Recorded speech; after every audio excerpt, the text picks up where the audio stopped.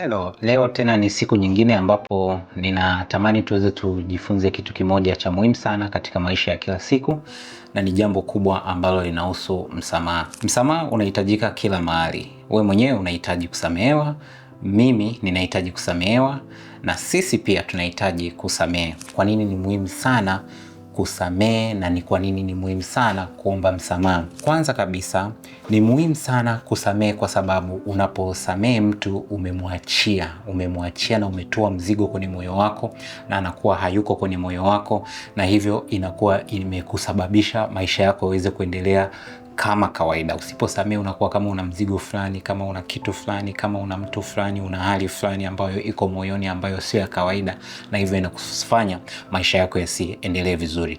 Kwa watu ambao wanamwamini Mungu ametoa utamaduni wa kusamehe kama tiketi ya kusamehewa. Anasema utusamehe sisi madeni yetu kama ambavyo sisi pia tunasamehe wale ambao wametukosea. Kwa hiyo kwa Mungu, tunapomwomba Mungu msamaha, anacheki, anaangalia, je, umewasamehe wale ambao wamewahi kukukosea?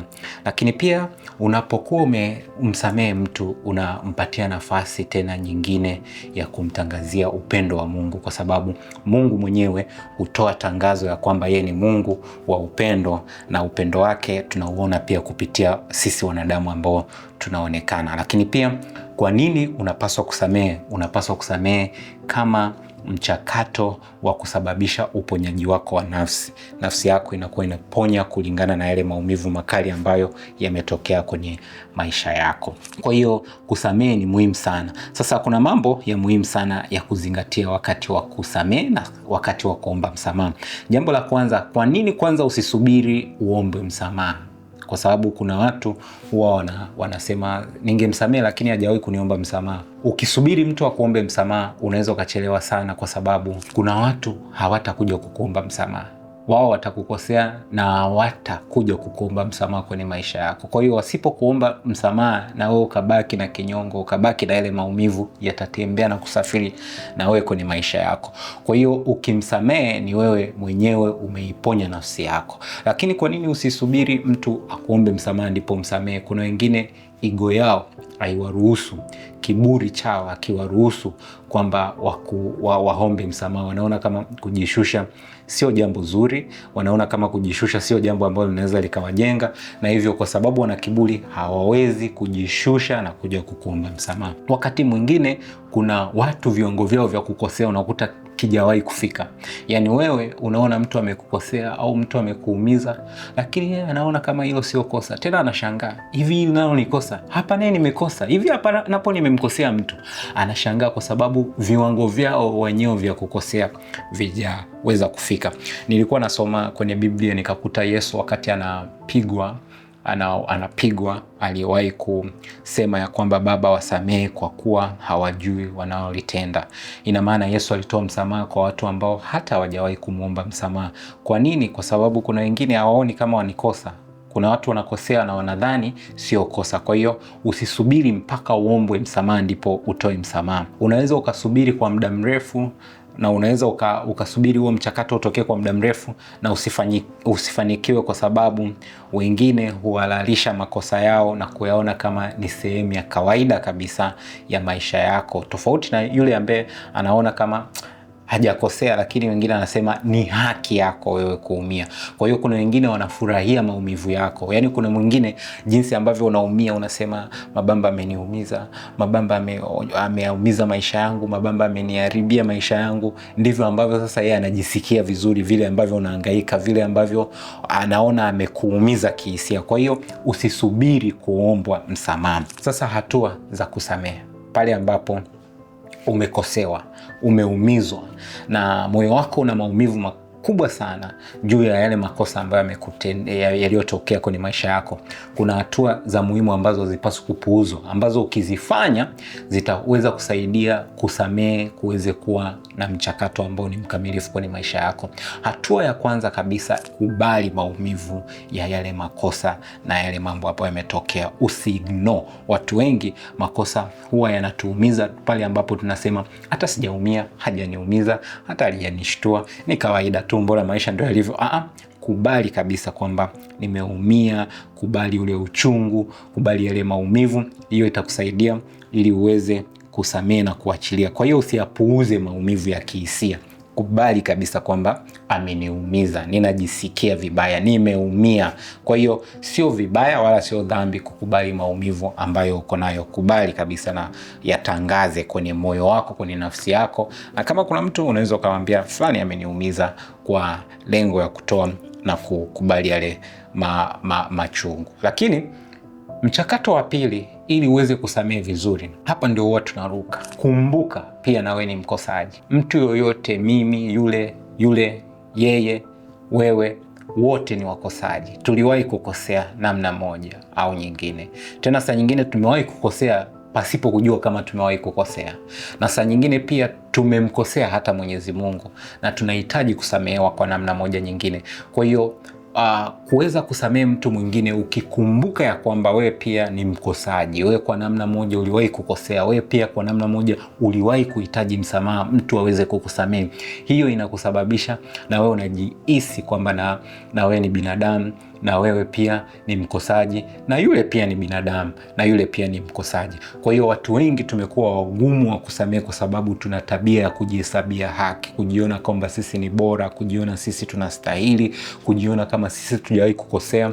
Na hii inatufanya tunajiona kwamba sisi bwana naye hatupaswi kukosewa, sisi kwa sababu sisi ni wakamilifu, kwa sababu sisi ni watendaji bora. Kuna namna moja uliwahi kukosea na ukamkwaza mtu. Kuna namna moja hata kama hajawahi kukuambia, hata kama hujawahi kujua, nikwambie hata wewe ni mkosaji kwa namna moja au nyingine. Kwa hiyo ukikumbuka ya kwamba na wewe ni mkosaji, inakunyenyekeza, inakuhumble, ili utakapoomba msamaha ili utakapomwomba msamaha kwa Mungu pia uweze kuwa na nguvu na kupata ujasiri wa kwamba mimi nishawahi kusamehe, na ndio maana Mungu ninakuomba pia msamaha kama ambavyo umetuagiza tuwasamehe ambao wamewahi kutukosea. Kwa hiyo unapohisi kama huwezi kusamehe mtu, hebu kumbuka makosa ambayo uliwahi kufanya na ukasamehewa pia, au makosa ambayo unafanya na umesamehewa pia, au kwa yale makosa ambayo umefanya na wamekustiri pia.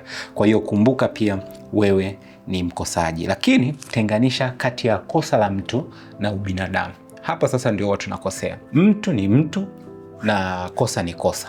Ukiviweka kwa pamoja vinaharibu. Na ndio maana mtu unaweza ukatenda mambo mengi mazuri, ukatenda kila kitu kwa uzuri, siku ukifanya kosa moja hata ule utu wako vinapotea.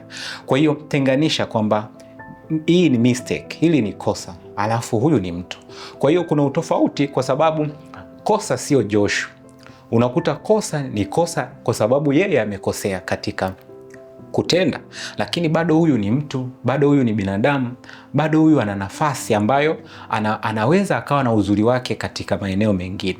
Kwa hiyo usimpaint ukampaka rangi mtu kwamba kwa sababu amekosea basi sasa ndio unamfafanua kwamba haya huyu ni mwizi. Hapana, wizi ni kosa. Kwamba huyu ni mzinzi, uzinzi ni kosa. Kwamba huyu ana kitu fulani, hilo ni kosa, lakini yeye kama yeye atabaki kuwa mtu na ana utu wake. Kwa hiyo tenganisha kosa na mtu. Mtu akikuomba msamaha, ukiona bado una maumivu makali, jipe muda wa kusamehe. Mpe siku, mpe miezi, mpe mwaka, kwa kadri ambavyo kwako inaweza ikawa ni nyepesi. Hapa tunatofautiana. Na ndio maana ni hekima pia. Kuna wakati mwingine unapoombwa msamaha unasema mimi nishamuomba msamaha pale kwa yule ambaye sasa anaomba msamaha. Mimi nishamuomba msamaha, hataki kunisamehe, kila siku hataki kunisamehe, hataki kuachilia, hataki kuniachilia. Ukimwomba mtu msamaha, mpatie muda wa yeye kwanza kupona, wa yeye kwanza kukubaliana. Kwa hiyo usimuombe mtu msamaha ukataka kusamehe wakati huo, ukataka kusamehe hapo. Anaweza akakusamehe hapo, lakini bado akawa na maumivu na machungu. Kwa hiyo mpatie muda na mambo mengine yataendelea. Hatua ya mwisho ya kusamehe ni hatua ambayo sasa tunasema unaweza ukaruhusu mipaka ya heshima. Kusamehe hakumaanishi kuendelea kuwa na mtu. Kusamehe hakumaanishi kuendelea kushirikiana na mtu.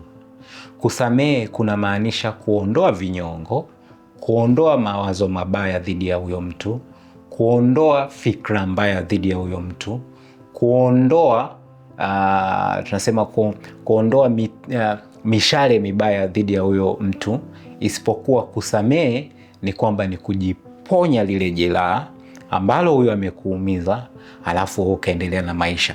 Kwa hiyo saa nyingine inaweza ikahitaji mipaka ya heshima. Sio kila aina ya msamaha unahitaji mahusiano yale yale, unahitaji tena turudi pale pale.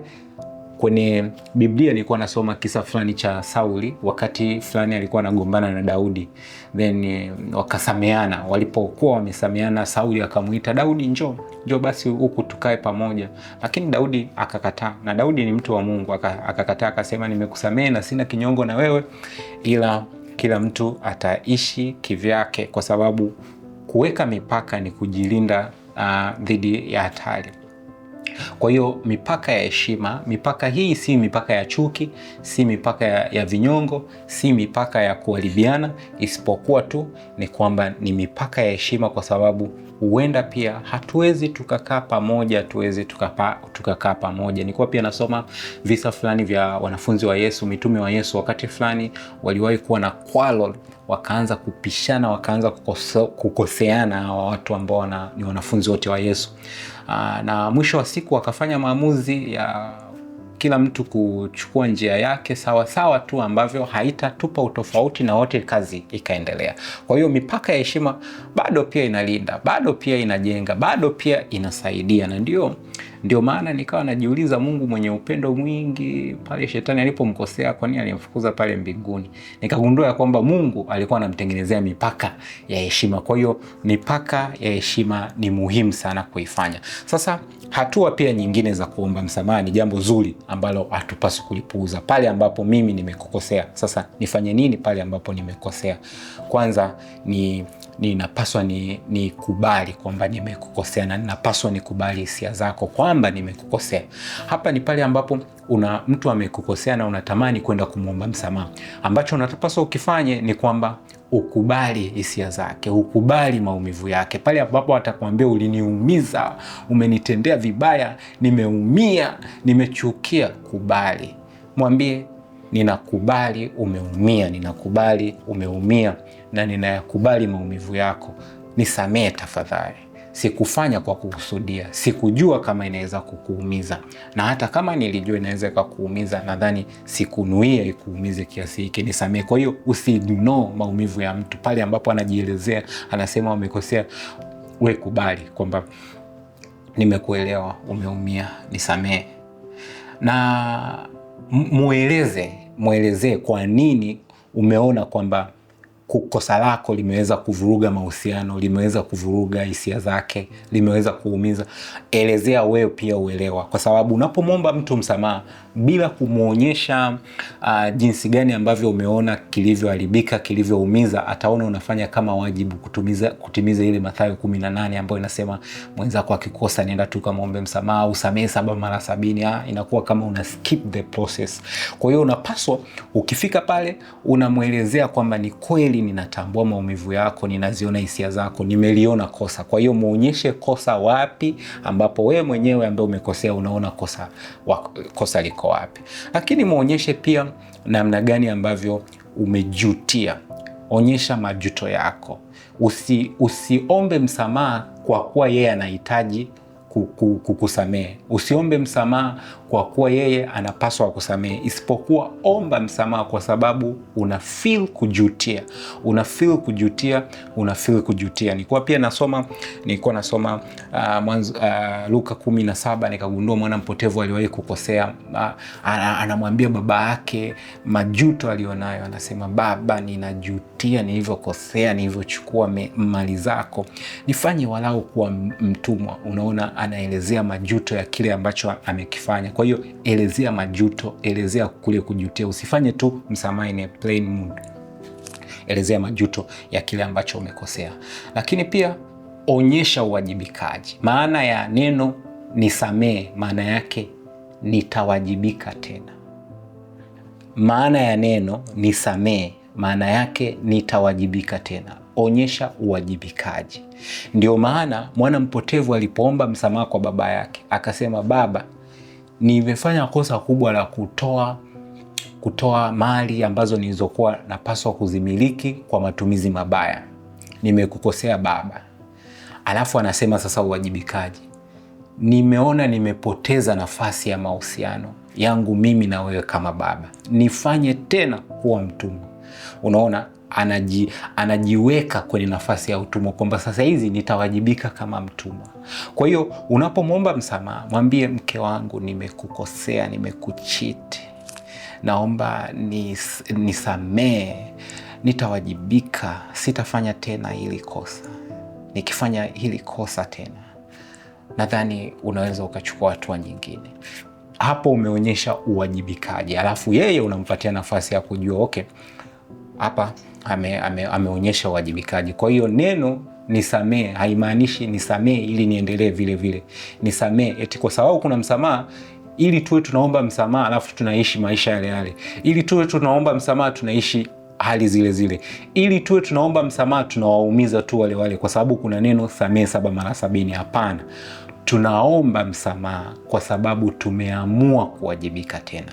Alafu jambo la mwisho, mpe muda. Usimlazimishe kama nilivyosema awali ya kusamehe wakati huo. Mpe muda wa kusamehe. Alafu kitu kingine, kubali mabadiliko kwa sababu anaweza akakusamehe lakini hali isiwe vile vile, urafiki usiwe vile vile, mambo yasiwe yale yale. Hayo yote yanawezekana. Jambo kubwa na la muhimu na la mwisho, kusamehe kunahitaji nguvu ya Roho Mtakatifu. Huwezi kusamehewa hivi hivi kwa sababu kusamehe ni tendo la kiungu.